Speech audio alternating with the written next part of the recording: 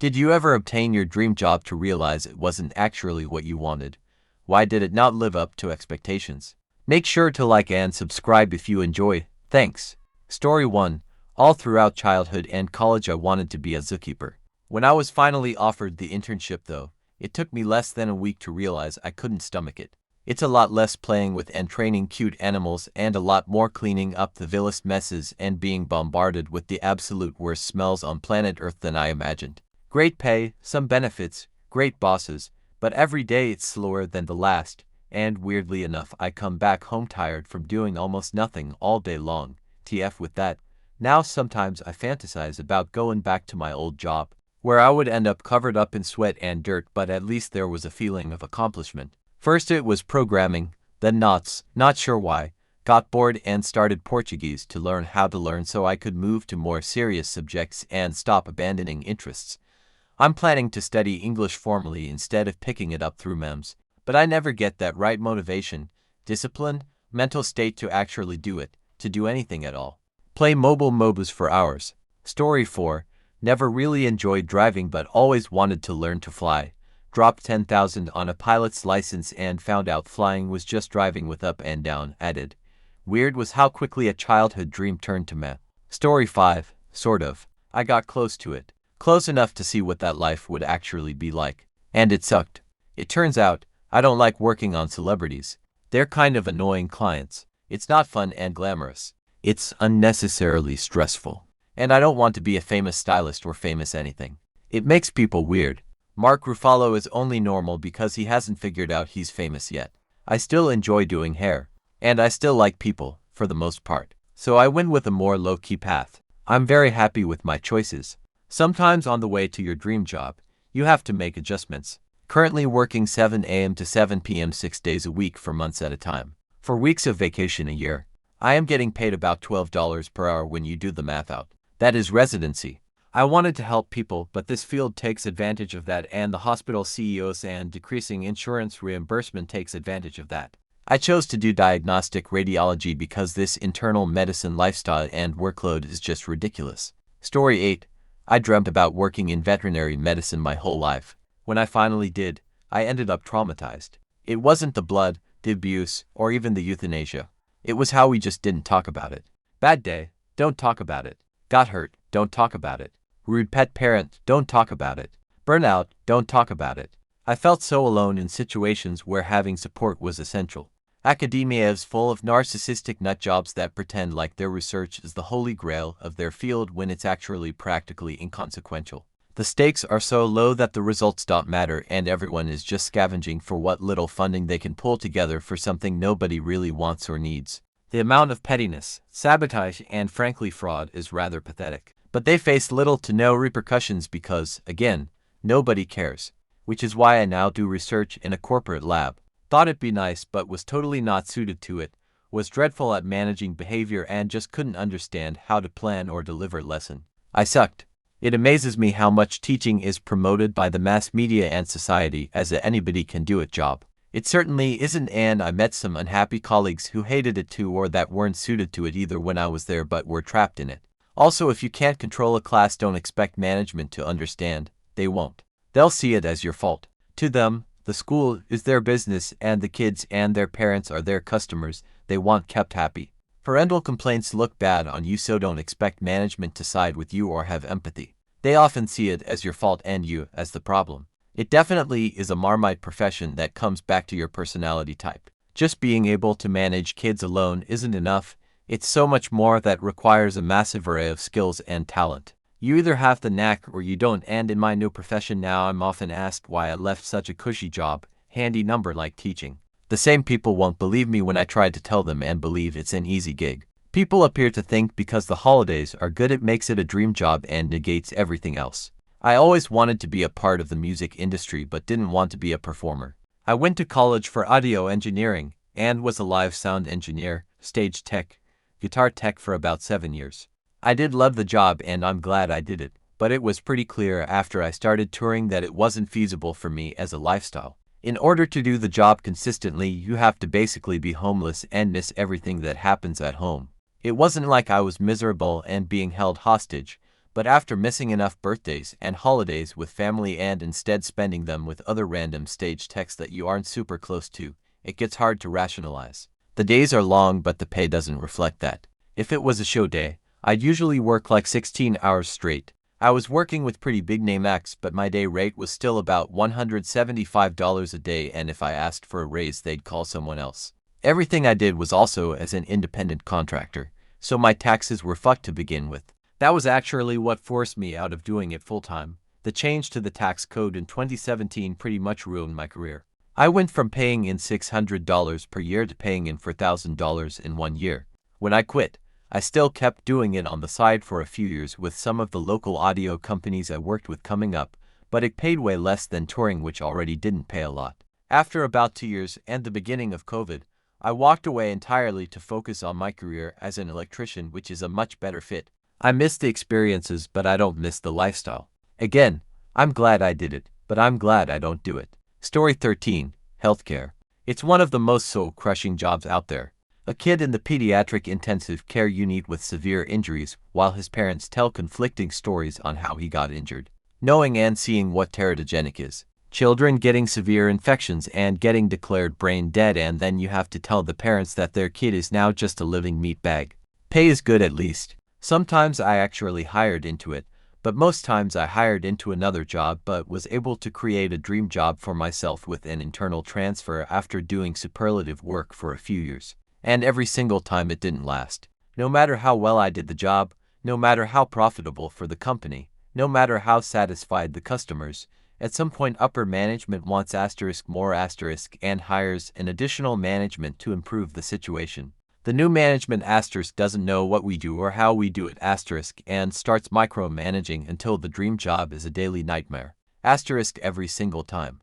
Idiot managers often don't even know what damage they have done until we all quit and the business collapses. Some of the worst management idiots even escape to a new promotion and suffer no consequences for the destruction. Still salty about it? Yes, I am.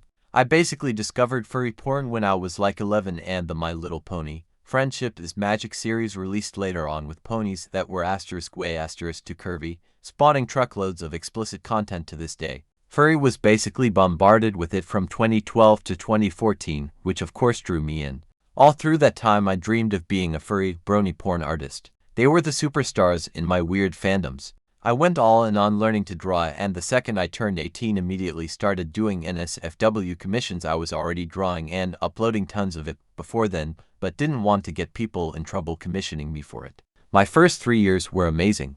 Everyone else I knew was at work 40 hours a week miserable, while I got to sit at home and draw sexy shit for people online while I vegged on World of Warcraft. I made really good money too. Enough to save up for a house in cash in the 7 years I did it.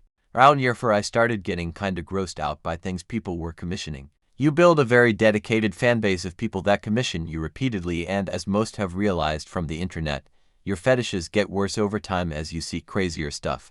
I started off doing pinups for cheap, and by year 4 was doing gross things like diaper fetish and Falcon for absurd amounts of money.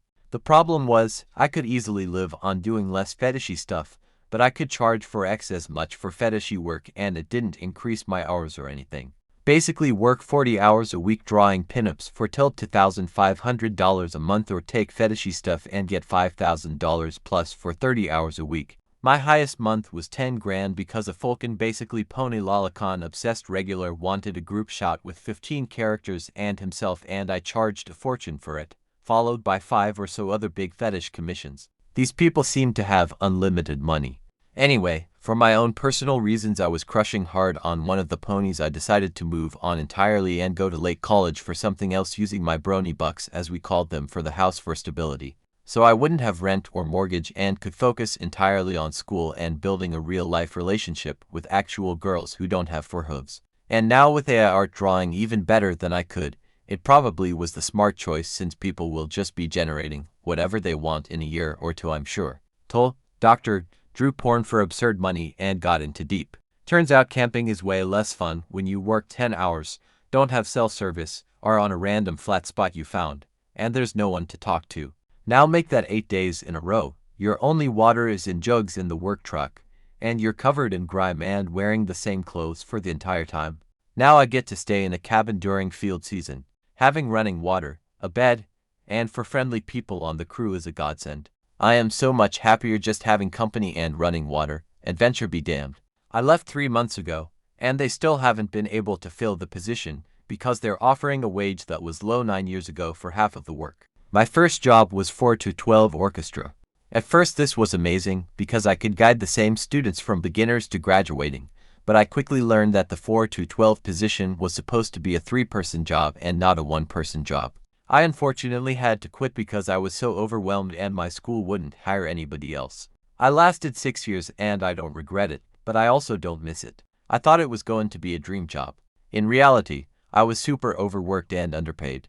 And being such a small organization, there was lots of interpersonal drama that I was just not into. I now work a more corporate job, but it's still work I'm passionate about and makes a difference. I'm getting paid over double than what I made previously. My workload is manageable, and I am way less stressed. I also really like my coworkers and boss, and I work from home full-time. The job I was unsure about wound up being the dream job. Turns out I hate working in an office setting. I can't stand office culture, and they don't pay living wages for new employees.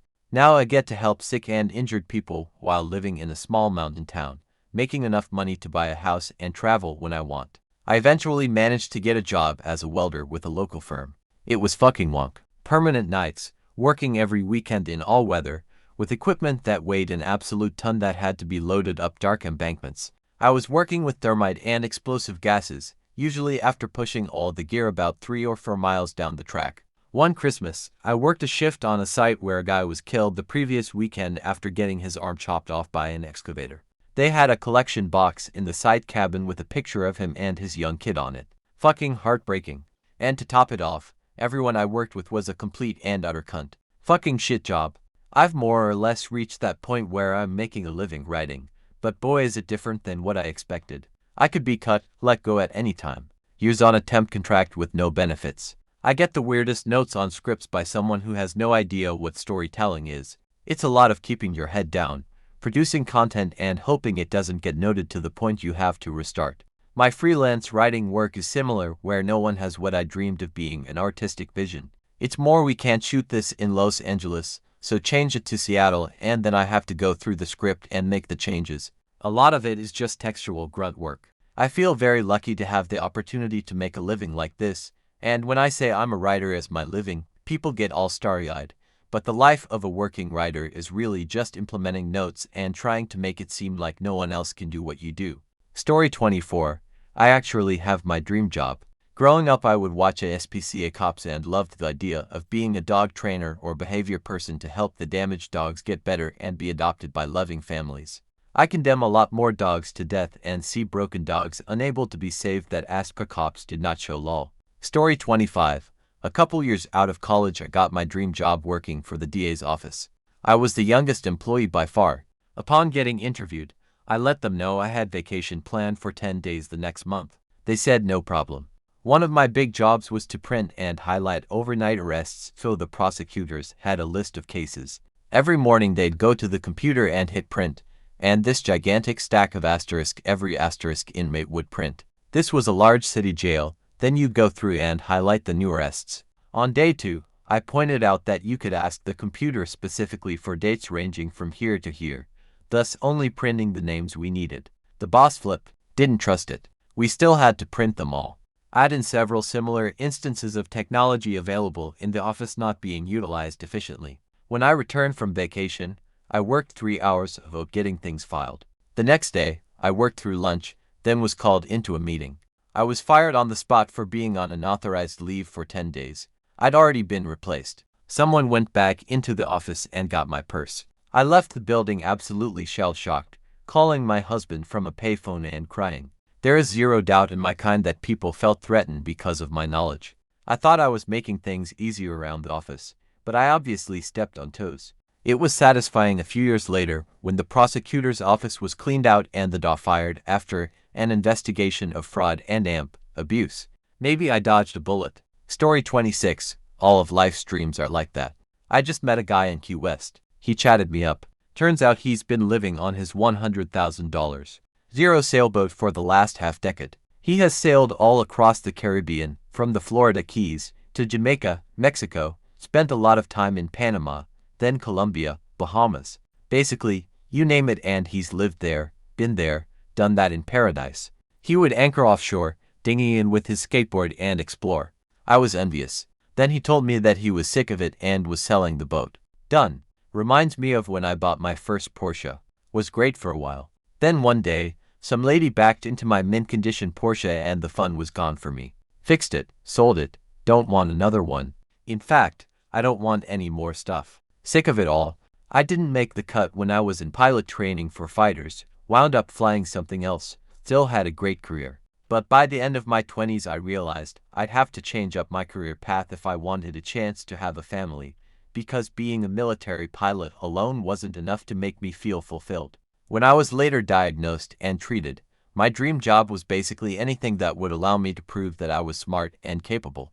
So I worked way too many hours, won some awards with my work in content strategy, and leveraged that to get a job at a big-name, prestigious FA&G company. Finally, I had a big, shiny thing I could hold up to prove to everyone I wasn't the failure they thought I was. I loved the work, but the environment was miserable. The longest hours I've ever worked in my life, including when I was in the military. Exposure to constant harassment on social media when I unwisely made my job public. Ethical discomfort, toxic positivity, and intense, unrelenting pressure made my mental health plummet, even as I received the praise I had craved, both professionally and personally.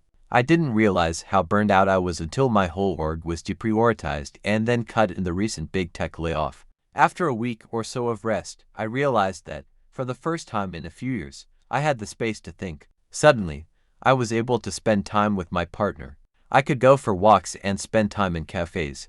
I could read for fun instead of constantly reading to upskill and professionally grow. I recently watched Everything Everywhere All at Once, and it ended up being the final blow I needed to wake up. My world had become so damn small over the past few years. Everything had become reduced down to work, and even that was reduced down to a very small number of work options that would ensure no one could ever label me stupid or lazy again. But as I left the theater and sat in my car, I kept thinking about all the paths and all the lives each of us has available to us. They're infinite, and the choice is entirely up to us.